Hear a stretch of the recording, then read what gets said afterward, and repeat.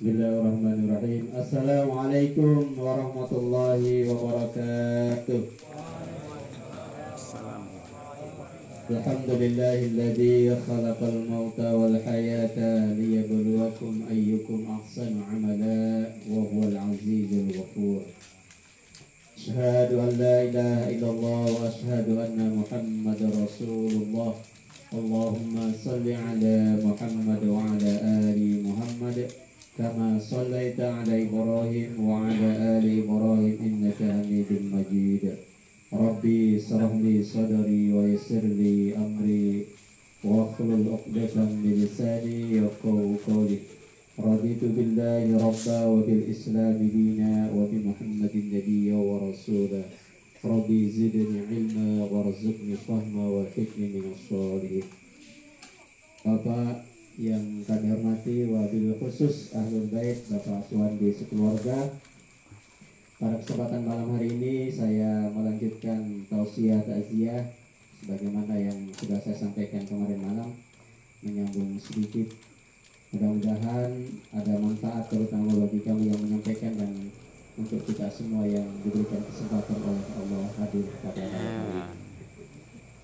Allah Subhanahu wa taala berfirman di dalam Al-Qur'an dalam surah Al-Alaq, wa likulli ummatin ajal idza jaa ajaluhu la yastakhiruna sa'ata wa la yastaqdimun. Likulli ummatin ajal, setiap umat itu Allah sudah tentukan ajalnya. Jaa ajaluhu la yastakhiruna sa'ata wa la yastaqdimun. Kalau Allah sudah tentukan waktu kematiannya, maka tak ada seorang pun yang bisa mempercepatnya walaupun hanya 1 detik. Dan tak ada seorang pun yang bisa menundanya walaupun hanya. Artinya kalau sudah tepat waktunya,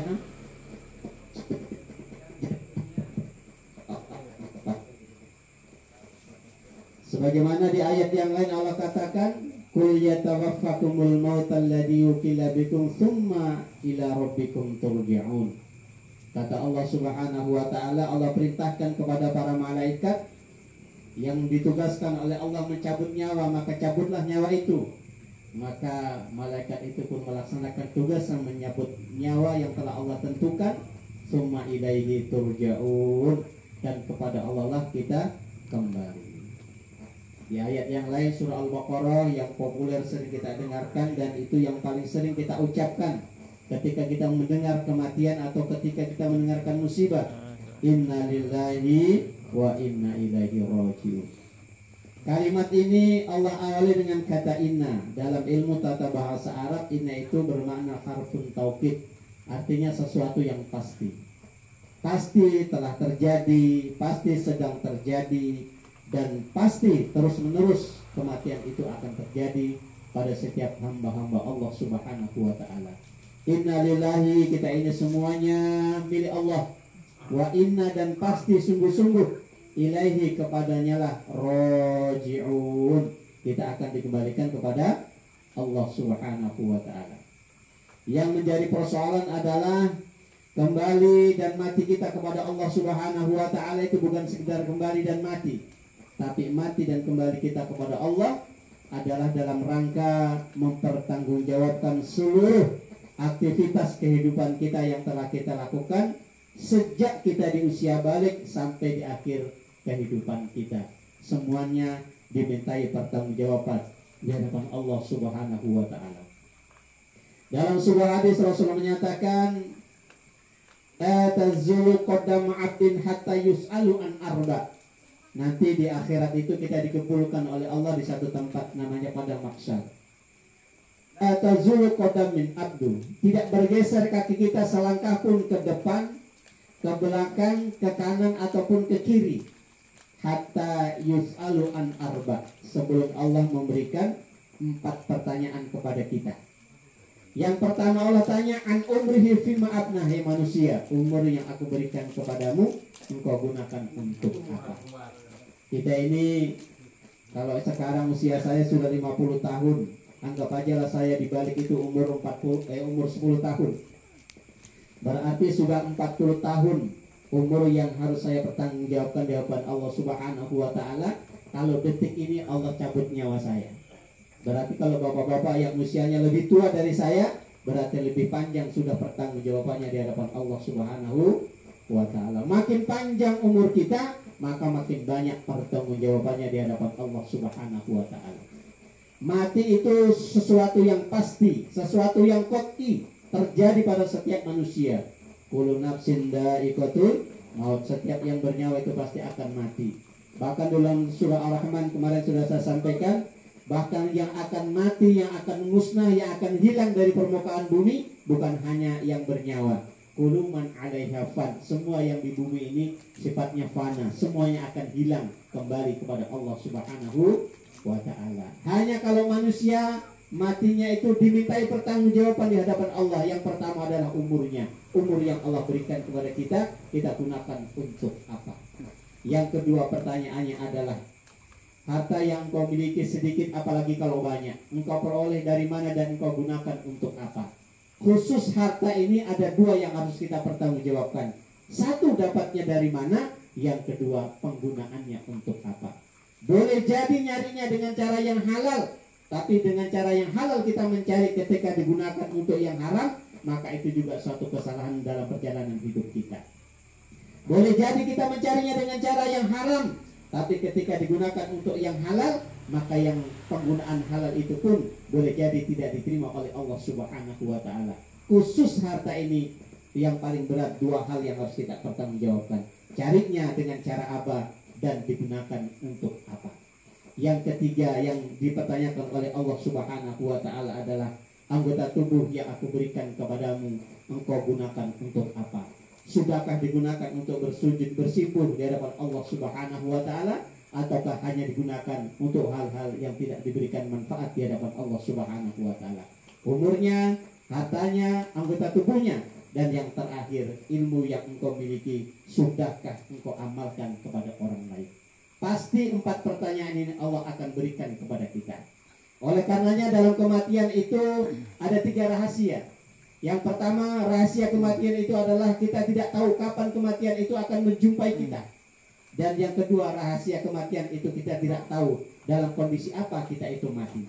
Dan yang ketiga, rahasia kematian itu adalah apakah kita itu mati di rumah kita atau di manakah kita akan mati. Waktunya, umurnya kita tidak tahu. Bagaimana caranya kita tidak tahu. Di mana tempatnya kita tidak tahu. Mengapa 3 hal ini Allah rahasiakan? 3 hal ini Allah rahasiakan agar kiranya hamba-hamba Allah ini senantiasa menyiapkan diri. Kapanpun, dimanapun kita mati, kita harus senantiasa siap. Karena pasti akan kita jumpai. Kalau dikasih tahu, Pak Endi, nanti kamu mati tanggal 27, tanggal 26 saya sudah siap-siap, Pak. Ya kan? Kalau Pak Endi mati, kamu nanti mati dalam kondisi tidur, ya saya tidak akan tidur supaya saya tidak mati. Pak Endi, nanti kamu mati dalam kondisi tempatnya di rumah, ya saya tidak akan tinggal di rumah supaya saya tidak mati. Maka Allah rahasiakan tempatnya, bagaimana caranya, dan kapan mati itu menjumpai kita. Supaya apa? Supaya kita senantiasa dimanapun, bagaimanapun, sebagai apapun, kita siap menghadapi kematian itu. Karena kematian itu pasti akan datang kepada kita. Bapak-bapak, ibu-ibu sekalian yang kami hormati dan semoga dimuliakan oleh Allah Subhanahu wa ta'ala. Rasulullah SAW mengingatkan kepada kita, idza mata yatba'ul mayyit salasa. Apabila kita ini mati, yang mengantar mayat itu ke kubur ada 3. Yang pertama kata Rasulullah SAW, yang pertama adalah ahluhu, keluarganya. Semua keluarga kita mengantar kita ke kubur. Yang kedua adalah maluhu, harta yang kita miliki, sebahagian mengantarkan kita ke kubur. Dan yang ketiga adalah amaluhu, amal-amal yang kita lakukan. Yarji'u isnain, yang 3 tadi mengantar kita ke kubur, 2 akan kembali ke rumah kita. Wa yabqa wahid, kekal 1 menemani kita sampai hari kiamat. Amaluhu, amal-amal kita.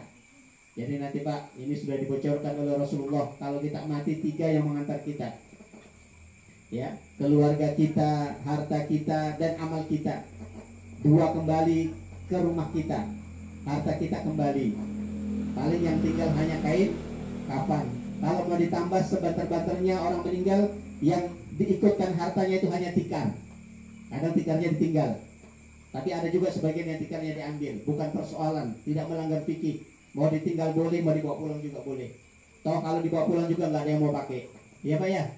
Kecuali orang gila aja menjadikan jimat. Karena ini pernah dikubur, karenanya bisa jadi jimat. Bahkan orang cari pesugihan, orang cari ilmu, kadang-kadang ada yang cari kain kafannya jenazah. Ya, itu orang yang tersesat.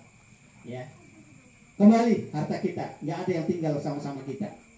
Ya, yang kekal menemani kita sampai hari kiamat, dan itulah waktu menunggu yang paling lama. Waktu yang paling menunggu, waktu yang paling lama kita menunggu dalam perjalanan hidup kita ini adalah waktu menunggu datangnya hari kiamat, ketika kita sudah meninggal dunia. Kemarin sudah saya sampaikan ayat dalam Al-Quran. Prosesi perjalanan hidup manusia itu 2 kali hidup dan 2 kali mati. Kan sering kita cuma dengar Pak ya, hidup itu cuma sekali, maka nikmatilah hidup itu. Salah itu Pak. Hidup kita itu 2 kali, mati kita juga 2 kali. Apa ayatnya? Dalam surah Al-Baqarah, silakan dibuka. Kaifa takfuruna billahi wa kuntum amwatan tsumma yuhyikum tsumma yumitukum tsumma yuhyikum tsumma ilaihi turja'un. Allah bertanya dengan penuh keheranan kepada orang-orang yang tidak beriman. Kata Allah, kaifa takfuruna billah, kenapa kamu bisa kafir kepada Allah Subhanahu wa taala? Wa kuntum amwatan, kamu itu dulunya mati, nggak ada. Tsumma yuhyikum, kemudian Allah hidupkan kita. Kapan itu? Sekarang ini, ketika kita hidup di dunia ini. Inilah hidup kita yang pertama. Dan sebelum kita hidup yang pertama ini, dulunya kita pernah mati. Sebelum kita ada, itulah yang dalam Quran disebut kita mati. Dulunya kita mati, nggak ada. Kemudian Allah hidupkan kita hidup di dunia ini. Yang perjalanan hidup di dunia ini adalah perjalanan yang paling singkat dari prosesi kehidupan manusia. Sejak diciptakan sampai hari kiamat, hidup di dunia adalah hidup yang paling singkat. Nabi saja umurnya cuma 63 tahun. Sepanjang umur hidupnya Nabi cuma sakit 1 kali. Umurnya hanya 63. Saya umur 50 Pak, sudah sering sakit pinggang, sakit gigi, batuk-batuk. Sudah berapa kali Pak? Ya, boleh jadi umur kita tidak sampai seperti umurnya Nabi 63. Jadi kalau di antara bapak-bapak yang hadir ini masih ada umurnya di atas 63, itu berarti Allah kasih bonus luar biasa. Maka bonus itu harus dimanfaatkan sungguh-sungguh hanya untuk lillahi kalimatillah, untuk beribadah kepada Allah Subhanahu wa ta'ala. Jadi singkat betul Pak umur kita ini, sebentar. Ya, bahkan dalam hadis dikatakan perjalanan orang hidup di dunia ini seperti orang berjalan di lautan yang luas. Dia sempat menyelupkan separuh ujung jari tangannya ke laut itu, kemudian dia angkat. Air asin yang menempel di ujung jari tangannya, itulah sesungguhnya kehidupan dunia. Dan air laut yang begitu luas, yang nggak bisa diukur luasnya itu, itulah kehidupan akhirat. Jadi perbandingan dunia dengan akhirat itu seperti luasnya air laut dengan air yang menempel di ujung jari tangan kita. Begitu sebentarnya dunia ini. Kalau dalam Al-Quran itu disebut dengan kata la'ibu walahun. Dunia ini seperti permainan saja. Ya, dalam ayat yang lain Allah katakan kehidupan dunia ini hanya seperti senda gurau, permainan saja. Seperti padi yang begitu tumbuh indah, ya, hijau warnanya, menyejukkan semua mata yang memandangnya. Kemudian muncul padi itu kemudian menguning, setelah menguning kemudian dipetik. Perjalanan hidup di dunia itu hanya antara padi yang sedang muncul sampai dipetik oleh yang punya. Hanya segitu saja perjalanan hidup kita di dunia ini. Sangat begitu singkat, ya, sangat begitu sebentar. Nah, oleh karenanya yang singkat ini, ya, nanti Allah akan ganti perjalanan yang panjang, hidup yang kedua kali. Setelah kita hidup di dunia, tsumma yumitukum, kemudian Allah matikan. Mati itu adalah ujung perjalanan kita hidup di dunia yang singkat, tapi awal pintu terbukanya kehidupan kita di akhirat yang begitu panjang dan begitu luas. Jadi pembuka pintu perjalanan yang panjang, tapi penutup perjalanan kehidupan yang sangat singkat. Itulah yang disebut dengan alam kubur. Maka dengan kematian itu ada 2 yang kita dapatkan. Kata Rasulullah, ya, aku berikan nasihat, kata Rasulullah, ya, 2 nasihat. Nasihat yang pertama, kata Rasulullah, nasihat yang bisa bicara. Yang kedua adalah nasihat yang diam. Apa itu nasihat yang berbicara? Rasulullah mengatakan nasihat yang berbicara itu adalah Al-Quran, yang jumlahnya ada 6.666 ayat lebih, 114 juz surah dan 30 juz. Itu adalah nasihat, kata Rasulullah, nasihat yang bisa berbicara. Oleh karenanya kalau mau ingin mendapatkan nasihat yang berbicara, jangan pernah meninggalkan Al-Quranul Karim. Buka Al-Quran itu. Syukur alhamdulillah kalau di kampung ini ada kegiatan rutin setiap malam Jumat, ya, baca surah-surah pendek, ya. Beberapa surah yang kita baca tadi itu, insya Allah satu hurufnya bukan diberikan satu pahala, tapi satu hurufnya kata Rasulullah diberikan 10 kebaikan. Bismillahirrahmanirrahim itu kurang lebih 11 huruf, berarti mendapatkan kurang lebih 110 kebaikan. Apalagi beberapa surah yang surah tidak baca, ya. Jangankan membaca surah sebanyak itu, baca Al-Fatihah saja itu sudah cukup. Karena Al-Fatihah itu adalah merupakan ummul kitab, induknya Al-Quran. Semua intisari isi Al-Quran itu sudah terangkum di dalam suratul Fatihah. Baca Qul Huwallahu Ahad sampai terakhir 1 kali, itu sudah dipersamakan pahalanya dengan kalau kita membaca kurang lebih 1/3 daripada isi Al-Quran. Apalagi baca Qul Huwallahu Ahad diulang sampai 3 kali, itu sama dengan seolah-olah kita telah menghatamkan satu Al-Quran. Maka jangan pernah dalam hidup ini 24 jam lisan kita itu terlepas dari kalimat-kalimat thayyibah, yakni bacaan-bacaan Al-Quran. Ada seorang ulama mengatakan kalau seorang muslim itu 40 hari tidak pernah mendekatkan dirinya kepada kebaikan, nggak pernah mendengarkan nasihat ulama, nggak pernah ngobrol sama ustadz, nggak pernah mendengarkan pengajian, maka dikhawatirkan seseorang itu hatinya bisa menjadi kosat. Kosat itu artinya keras. Kerasnya seperti batu. Nah itu, ya, makanya mendengarkan nasihat kematian itu supaya apa? Mengingat kita kematian. Itu nasihat yang pertama, Al-Quran. Kemudian nasihat yang kedua kata Rasulullah, yaitu nasihat yang diam. Dia diam tadi memberikan nasihat apa itu? Kematian. Jadi kematian itu adalah merupakan nasihat bagi kita. Maka bagi kita yang hidup, dengan adanya kematian itu secara otomatis kita mendapatkan nasihat-nasihat. Bahkan Rasulullah mengatakan, ya, ingatlah zikir yang memutuskan kenikmatan. Zikir tapi memutuskan kenikmatan. Apa itu? Zikir ingat akan adanya kematian. Bahkan di hadis yang lain Rasul mengatakan suatu saat akan tiba suatu zaman di mana zaman itu mempunyai 2 ciri. Kalau 2 ciri ini sudah menimpa kita atau sudah kita alami, maka kata Rasulullah ada 2 hal yang harus kita lakukan. 2 ciri apa yang akan kita alami kata Rasulullah? Yang pertama, kalau engkau sudah merasakan bahwa waktu itu begitu terasa cepat, waktu itu terasa begitu berlalu saja tanpa kita rasakan.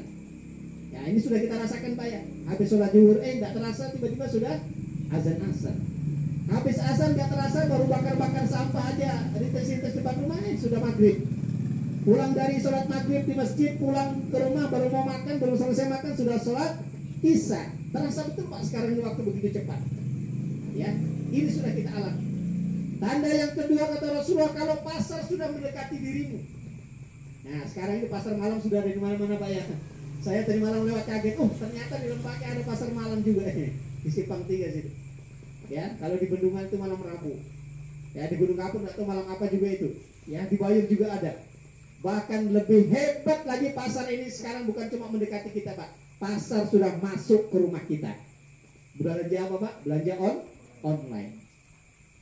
Jadi 2 ciri ini sudah kita alami. Kata Rasulullah kalau 2 hal ini sudah engkau alami, maka harus ada 2 hal yang engkau lakukan. Yang pertama kata Rasulullah, jangan sekali-kali engkau tinggalkan sholat 5 waktu sehari semalam berjamaah. Jamaah apa? Ya, jangan tinggalkan sholat 5 waktu sehari semalam, diutamakan berjamaah. Yang kedua kata Rasulullah SAW, banyaklah engkau berzikir mengingat akan kematian. 2 hal ini harus kita lakukan. Kenapa? Karena dengan datangnya 2 ciri tadi, waktu terasa begitu cepat, pasar sudah masuk bahkan ke rumah kita, bukan hanya mendekat. Itu cirinya akhir zaman sudah mau berakhir. Tanda hari kiamat sudah mau muncul. Nah, maka hati-hati Pak. Ingat zikir kematian. Ya. Maka dengan adanya kematian yang pertama itu adalah nasihat bagi kita. Kemudian tugas bagi orang yang masih hidup terhadap orang yang meninggal ada 3. Kemarin sudah saya jelaskan, boleh saya ulang. Yang pertama, mendoakan orang yang sudah meninggal dunia.